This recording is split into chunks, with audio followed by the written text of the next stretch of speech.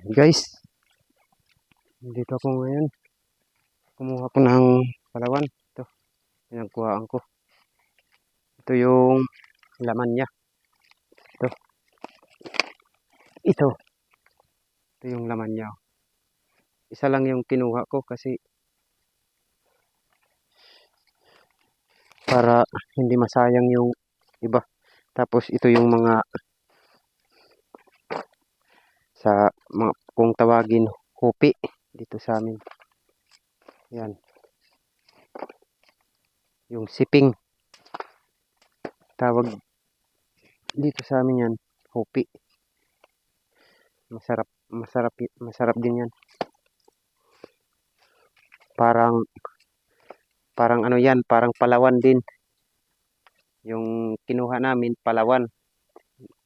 Yan, yung tawag dyan, hupi. Parang palawan din, pero palawan din yan.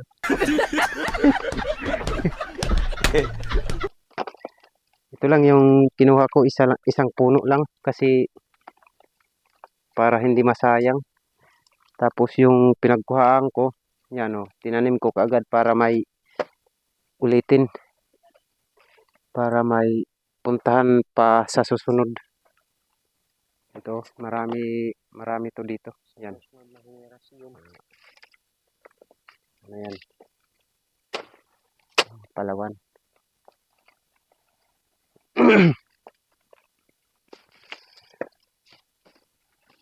Na. Ngayon mga kapipino, uuwi na kami. Pupunta na kami sa itaas. Dito pa, tinatapos lang linisan yung siping ng palawan. Yan.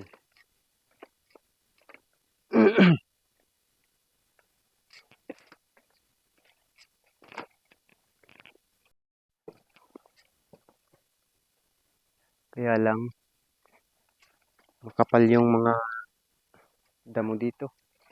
Ito, marami to dito. Palawan. Ayan mga kapipino. Pupunta na kami sa itaas kasi tapos na kami kumuha.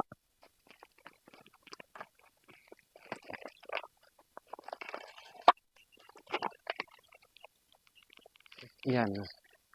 Ilalagay na namin sa sako. Yan lang yung kinuha namin.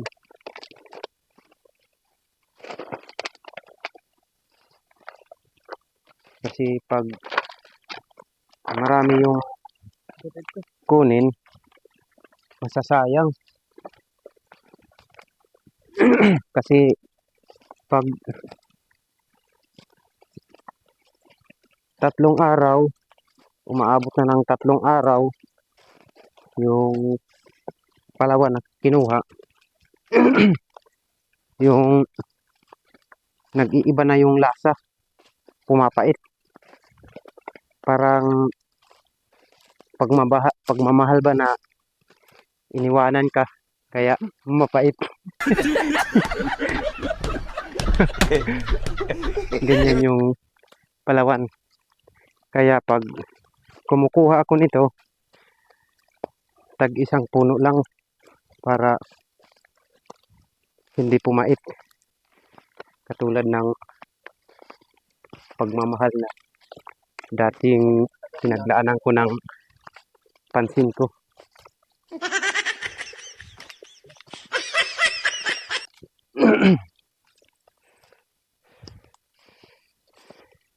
Hapon na pala.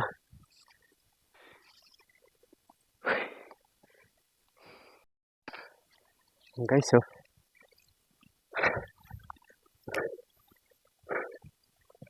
Pakyat na kami.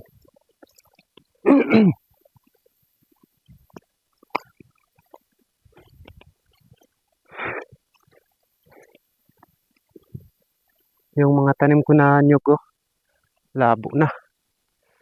Nalalabo na sa mga kugon. Hindi pa ako paglinis kasi busy pa ako dun sa baryo kasi may tinataniman pa ako ng palay kaya hindi pa ako masyadong nakakapunta dito. Hindi kita magi.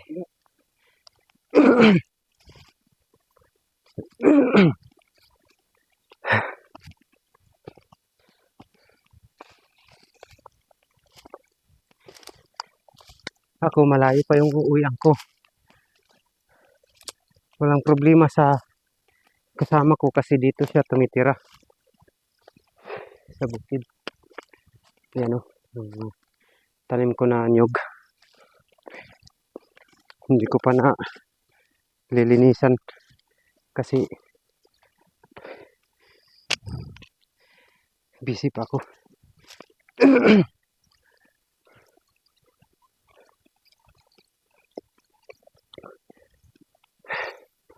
Nag-iingay na yung aso namin doon sa kubo kasi hindi namin sinama.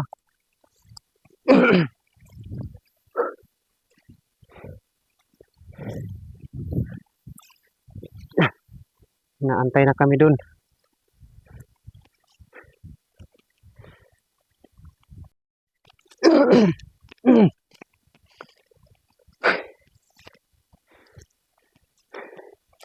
Ito na pala yung mga kamuting kahoy na dati tinanim namin. Ayan o, malaki na.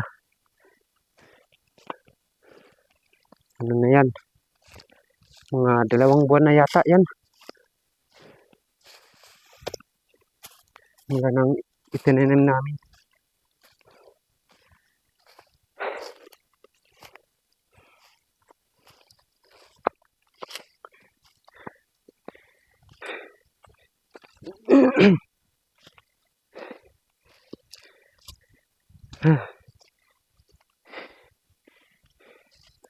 Nakapagod mag-akyat.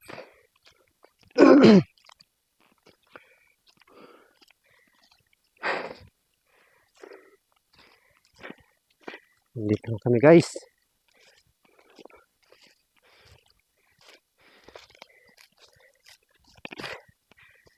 Yan o. Nag-iingay na yung aso kanina kasi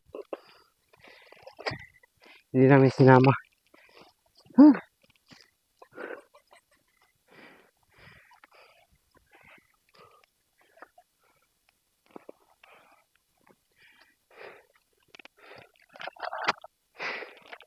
Dito siya nakatira.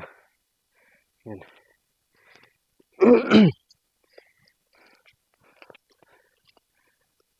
Ako, uuwi pa ako.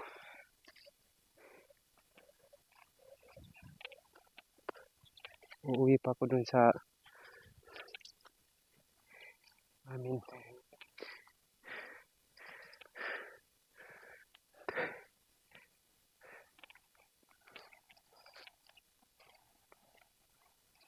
Ito pala yung manok. Isa pa lang yung nadala dito.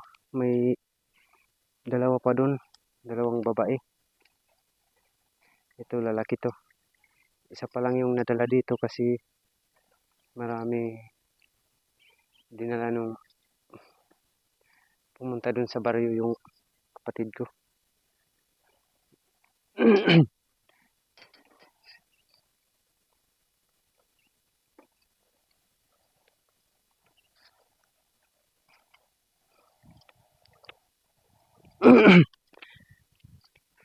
Maganda talaga dito kasi tahimik.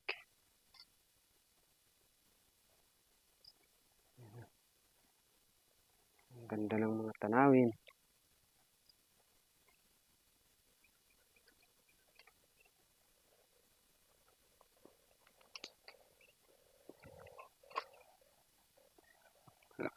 Yun lang guys. Maraming salamat.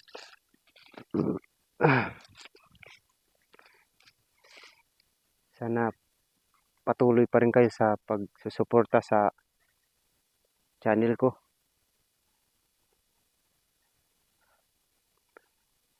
Maraming salamat guys.